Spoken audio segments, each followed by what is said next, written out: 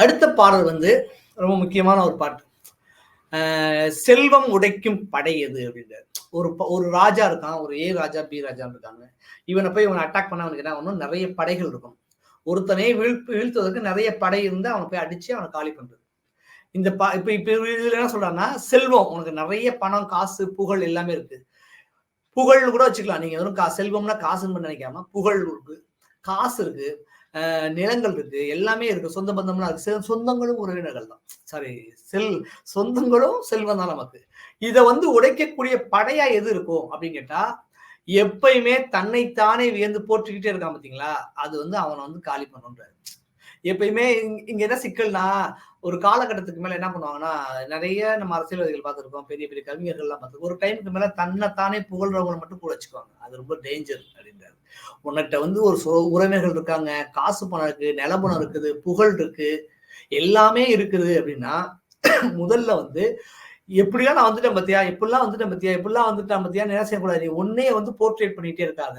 அது வந்து ஒன்ன எங்க சூப்பரா ஒரு சைக்காலஜிக்கலா சொல்றாரு. எப்ப வந்து நம்ம அடுத்தவங்க சொல்ற நம்புவோம்னா, நம்ம பயங்கரமா போர்ட்ரேட் பண்ணிட்டே இருந்தோம்னா, அடுத்தவன் நான் சொல்றப்ப, ஆகா நம்ம நினைக்கிற மாதிரி நம்மள போற்றானே இவன் ரொம்ப முக்கியமான வாழ்க்கையிலன்றது அவனை மட்டும் வச்சுட்டோம்னா, தப்பு செய்யறப்ப கூட சொல்றதுக்கு ஆள் எல்லாம் போயிடும். நம்ம ஒரு ராங்கா ஒரு டிசிஷன் எடுக்கிறப்ப இது வந்து தப்பு அப்படின்னு சொல்றதுக்கான ஆட்கள் எல்லாம் போயிட்டாங்கன்னா நம்மளுடைய வீழ்ச்சி வந்து போயிடும். எவ்வளவு அர்த்தமான அர்த்தம். செல்வம் உடைக்கும் படைன்றது, செல்வத்தை அழிக்கக்கூடிய படைகள். இவங்கெல்லாம் வந்து பயங்கரமான ஒரு போர் வீரர்கள் மாதிரி நம்மளை காலி பண்றாங்க. எந்தெந்த குணங்கள்னா, தன்னைத்தானே வியந்து போற்றக்கூடியதும், அடக்கம் இல்லாமல் சினம் கொள்ளுதலும். ரொம்ப முக்கியமான பாயிண்ட் இது.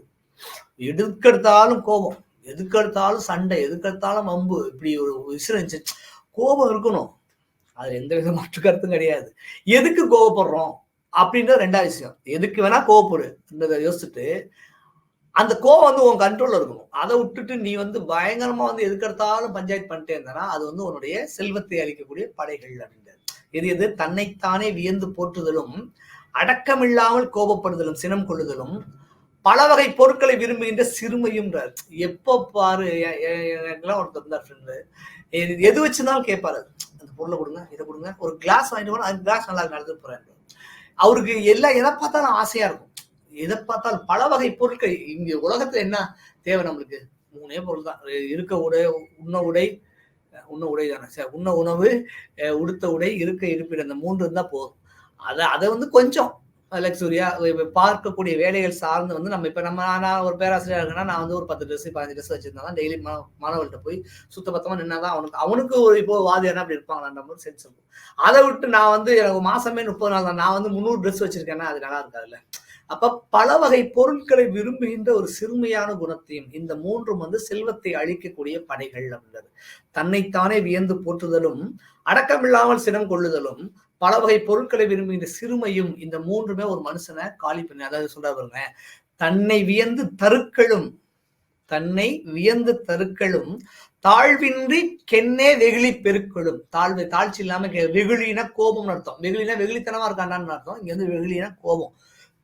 தொல்காப்பி வந்து நான் அச்சமான சொல்லுவார், நகையை அழுகை இழுவர வரைக்கை அச்சம் வெகுளி அப்படின்றாரு. அந்த வெகுளினா இங்க கோபம், பெருக்களும், கோபத்தை பெருக்கிக் கொண்டே போறது. முன்னிய பல்பொருள் வெக்கும் சிறுமையும், முன்னாடி இருக்கக்கூடிய எல்லா பொருளை பார்த்தாலுமே எனக்கு வேணும்ன்ற அந்த சிறுமைத்தனமும், இந்த 3 வந்து நமக்கு இருக்கக்கூடிய உறவினராக இருக்கட்டும், சொத்துக்களாக இருக்கட்டும், நிலங்களாக இருக்கட்டும், நண்பர்களாக இருக்கட்டும், எல்லாத்தையுமே காலி பண்ணக்கூடிய படைகள் அப்படின்னு சொல்றாரு. நன்றி. அடுத்த இந்த 5 பாடல்களும் ரொம்ப முக்கியமான ஒரு பாடல் வகை. இதுல நிறைய பாடல்கள் இருக்கு. அப்பப்ப நம்ம நேரம் கிடைக்கும் பொழுது என்ன பண்ணலாம், இந்த பாடல்களை பற்றி பேசிட்டு இருக்கலாம். நன்றி, வணக்கம்.